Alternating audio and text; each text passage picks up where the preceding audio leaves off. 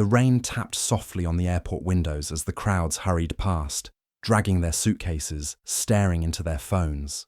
The airport was loud, too loud, and 68-year-old Martha Quinn stood still in the middle of Terminal B at LAX, clutching her white cane in one hand and her handbag in the other. She turned her head slightly, as if trying to catch a familiar sound in the sea of noise. She couldn't see, not anymore. Glaucoma had taken that from her.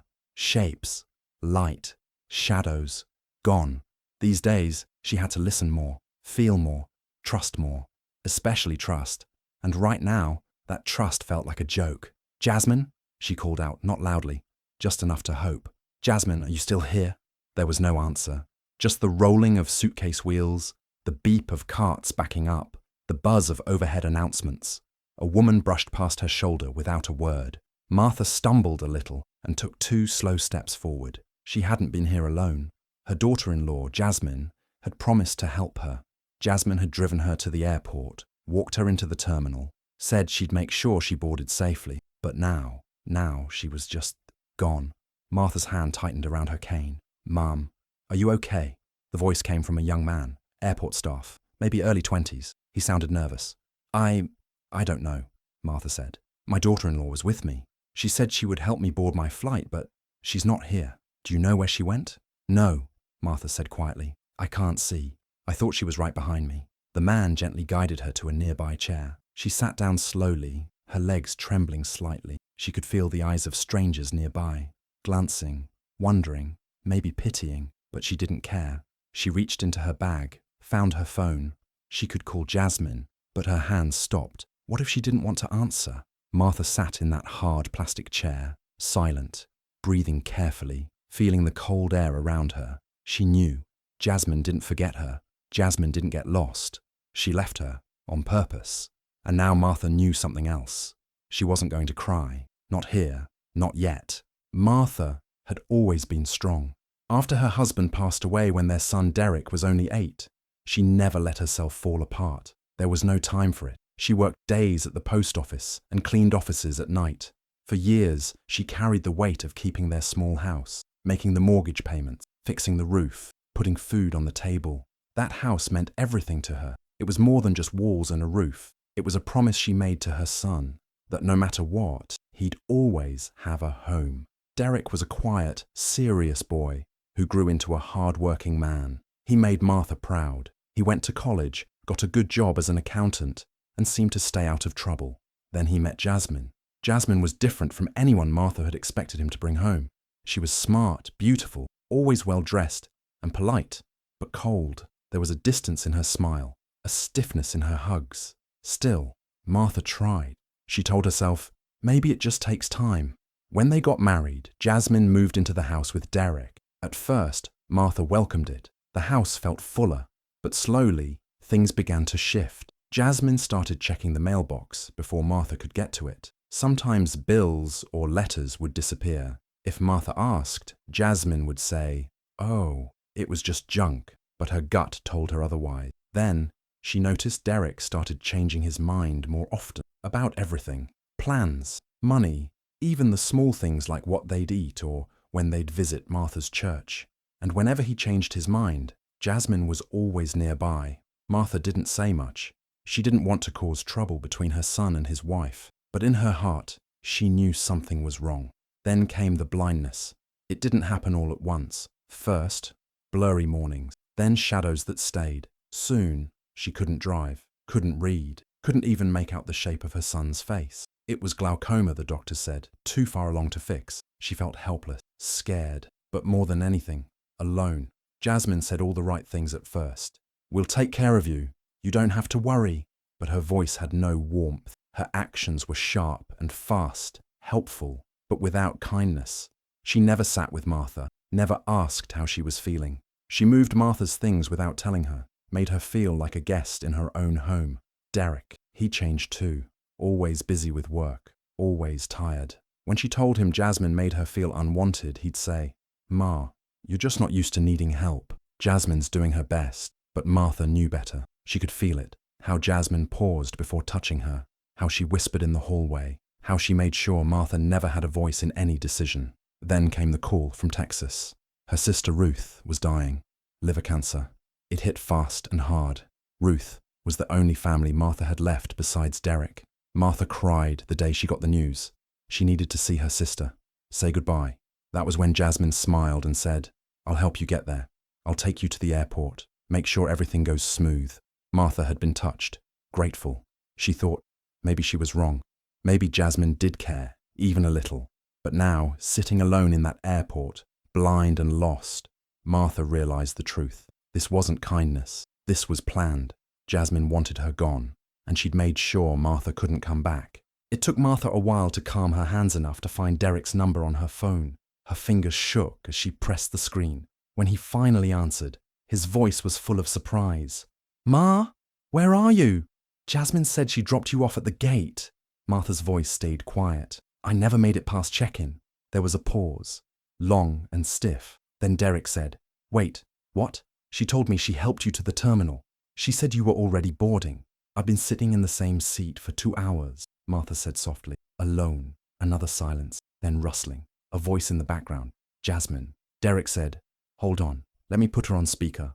A click. "Mrs. Quinn?" Jasmine's voice was smooth. Too smooth. "You wandered off. I just went to get coffee. When I came back, you were gone." Martha didn't say anything for a few seconds. She could hear Derek breathing, like he didn't know what to believe, like he wanted to believe Jasmine more. "I don't wander, Jasmine," Martha finally said. "Oh, come on, Martha. You know your memory's been off lately," Jasmine began. "I'm blind, not confused," Martha said.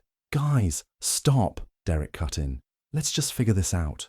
But even as he said it, Martha heard it, the tone. He wasn't angry at Jasmine. He wasn't worried about her. He was embarrassed, tired, like he just wanted this to go away. Martha hung up the call. She didn't need to hear more. Later that night, her old church friend Lila, who now lived in Dallas, flew in to get her. They'd grown up together. Lila had always been the loud, stubborn one. When she saw Martha waiting outside baggage claim, she wrapped her in a tight hug. "You should have called me the second they left you, girl," Lila whispered. "I didn't know I needed rescuing," Martha said. Lila helped her home. The drive was quiet, long, but it felt safe, familiar. Martha thought maybe everything was over now. Maybe she could rest. But when the cab pulled up in front of her house, something was wrong. She stepped up to the front door, felt around for the keyhole. Her key didn't fit. She tried again. Nothing. Then she heard the door unlock from the inside. Jasmine's voice. Calm, fake sweet. "Oh, you're back." "I live here," Martha said, her voice low. There was a pause. A smile in Jasmine's voice when she said, "You must have forgotten. We sold it months ago. The paperwork was signed. Didn't Derek tell you?" Martha's hand dropped to her side. Her bag nearly slipped off her shoulder. She stood there, blind, tired, confused, but mostly stunned. "You signed the deed," Jasmine said softly. "You don't remember?" Martha didn't answer. She turned, slowly, feeling for the edge of the porch with her cane. The sound of the door shutting behind her was sharp, final. She stood there for a long time, listening to nothing. She wasn't just left at the airport. She'd been erased. Martha spent the next few days at Lila's house, sleeping in the guest room that smelled like lavender and old books. She didn't say much. She just sat near the window most days, listening to the birds, trying not to think about how quickly everything had been taken from her. She couldn't believe it. The house she worked for, cleaned for, cried in. The house she thought would be her safety for the rest of her life. It wasn't hers anymore. And somehow, Jasmine had made it look like Martha had given it away herself. One morning, Lila placed a cup of tea in her hands and said, "We're going downtown. You need to find out what really happened." So they went. At the county clerk's office, the wait was long. Martha could feel the stares. But when a young woman named Angie, a legal aide, sat with them, she finally started to feel like someone was on her side. Martha explained what happened. Angie nodded, took her name, pulled up records. "You transferred your house to someone named Jasmine Quinn 3 years ago," Angie said, reading from her screen. "It says it was a gift transfer, fully signed, notarized. I never gifted my house," Martha said, gripping the arm of the chair. Angie clicked again, reading the scanned documents. "These papers say it was for estate planning, but they were signed the same week you were in and out of the hospital for your eye treatments." Martha's stomach dropped. "I remember that week," she whispered. Jasmine said we needed to fill out insurance forms for long-term care.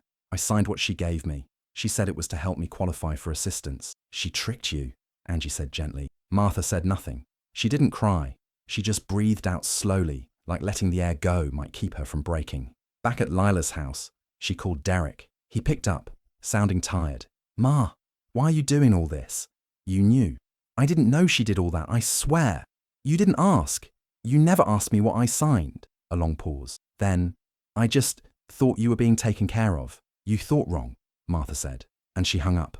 She started attending a therapy group at a local support center for the blind. That's where she met LaToya. LaToya had a quick laugh, always wore clinking bracelets, and asked questions nobody else dared to. Let me guess, she said to Martha after the second session. Family thinks they're doing you a favor, but they're really just helping themselves.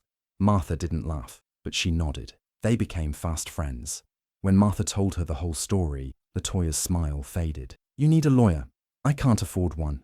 I know someone who does pro bono cases, LaToya said. He's quiet, kind, and he hates people like your daughter-in-law. That was how Martha met Mr. Joel Patel. He didn't talk much, but he listened better than anyone Martha had ever known. I want my house back, she told him. But more than that, I want them to stop pretending like they're the heroes. Because while Martha was quietly trying to put the pieces together, Jasmine and Derek were busy online. Posts started appearing on Facebook. Caring for aging parents is never easy, but we do it with love. A photo of Jasmine standing next to a donation bin labelled Martha's Things. Mum's struggling with memory issues and confusion. We're making hard choices for her safety. Another photo, this time Martha's old bedroom, emptied out. They were painting her like a fragile, forgetful woman who didn't know where she was half the time. She wasn't confused. She was betrayed. LaToya showed her the posts one by one, reading each caption. Martha sat there, stiff, hands folded in her lap. They're rewriting your story, LaToya said. They want the world to clap for them while they push you into the shadows. I won't let them, Martha said. Not anymore. And she meant it, because the more she saw, the clearer it became. This wasn't just about a house. This was about dignity, about control, about making sure people like Jasmine couldn't keep doing this to people like her. She wasn't just going to sue, she was going to speak, and she would not be silent again. The courtroom was cold. Martha could feel it in her bones, even under her long coat. She sat next to her lawyer, Joel Patel, her hands calm on her lap, her white cane resting against the table. Across the room, Jasmine sat tall in her tailored blazer, legs crossed, a smirk playing at the corner of her mouth. Derek sat behind her, eyes darting between the judge, the clock, and the floor. They thought she'd fold. They thought blindness meant weakness. The judge entered. Everyone stood. The hearing began. Joel moved fast. He spoke clearly, laying out the facts. The property deed, the timing of Martha's medical appointments, the paperwork that Jasmine had slipped under her nose when her vision was nearly gone. He held up the signature page of the deed. This signature was witnessed and stamped by a notary who has since admitted, under oath, that she never met Martha Quinn, Joel said. Gasps, whispers. Jasmine sat still, but the smirk faded. Joel wasn't done. He pulled out a set of printed text messages. The judge read them silently. So did Jasmine's lawyer. Then Joel read one aloud. If this goes right, the old woman won't be our problem anymore. Another message, sent to a friend. She's blind now. It's actually kind of a blessing. Easier to move things around. Jasmine shifted in her seat. Then the door opened. A woman walked in, short, grey-haired, wearing a purple sweater. Joel nodded. Your Honor, we have a witness, Mrs. Yvonne Harris, Martha's neighbour of 15 years. Yvonne raised her hand, was sworn in, and took the stand. I heard her, Yvonne said. One afternoon, Jasmine was outside on the phone, talking real loud. She said, and I remember it plain, now that she can't see, we can finally clear the house. Joel leaned in. And did you ever hear Martha give away her home willingly? Never, Yvonne said. She loved that house. She used to say, this house will hold me till my last breath. The room went quiet. Then it was Martha's turn. She stood slowly, guided to the witness chair. She gripped her cane, sat down with care. Mrs. Quinn, Joel said gently, do you remember the day you signed the papers? I remember not seeing them, she said. Soft laughter from the gallery. The judge didn't smile, but he was listening. Do you believe your daughter-in-law tricked you? I don't need belief, Martha said. I have memory. She gave me a pen and told me it was for insurance. Told me not to worry. I trusted her. Joel stepped back. Is there anything else you'd like to say? Martha turned her head toward where she guessed Jasmine was sitting. I may not see you, Jasmine, but I see exactly what you are. You thought blindness meant I'd stop fighting, but losing my sight just made everything else sharper. Jasmine didn't look up. Her lawyer tried to recover, but under cross-examination, Jasmine cracked. Her story kept changing. She claimed Martha agreed, then said she didn't remember, then blamed Derek. The judge asked her one clear question. Did Martha Quinn ever read the deed herself? No, Jasmine muttered. Did you explain it? Not fully. Did she ever say, in her own words, that she wanted to transfer her home to you? Jasmine paused. Her mouth opened, then closed. No, she said quietly. The judge gave his decision 2 days later, but Martha didn't need to wait. She already knew. The house was returned to her name. Jasmine was ordered to pay damages. And Derek, he came to her outside the courthouse, hands stuffed in his pockets. Ma, I didn't know it would go this far, he said. You never asked how far it had already gone, she answered. He tried to offer a private settlement before the ruling, to avoid press, embarrassment, maybe even his job finding out. Martha refused. She didn't want money behind closed doors. She wanted the truth in the open, and now it was. The house looked smaller than Martha remembered. Maybe it was because all the furniture was gone. The rooms echoed now. Jasmine had emptied it out before the court ruling, sold what she could, threw out the rest. All that was left were bare walls and scuffed floors. But it was hers again. Martha stood in the center of the living room, tapping her cane once against the wood, listening to the sound it made. She smiled, just a little. It felt like home again, not because of what was inside, but because of what was no longer in it. She moved back in slowly, piece by piece. A neighbor helped her bring in a new bed. LaToya brought over 2 chairs and a fold-out table. This'll work just fine, LaToya said, setting up flyers on the kitchen counter. You ready to start helping people? Martha nodded. They turned the front bedroom into a tiny support office for elderly people going through abuse or housing issues.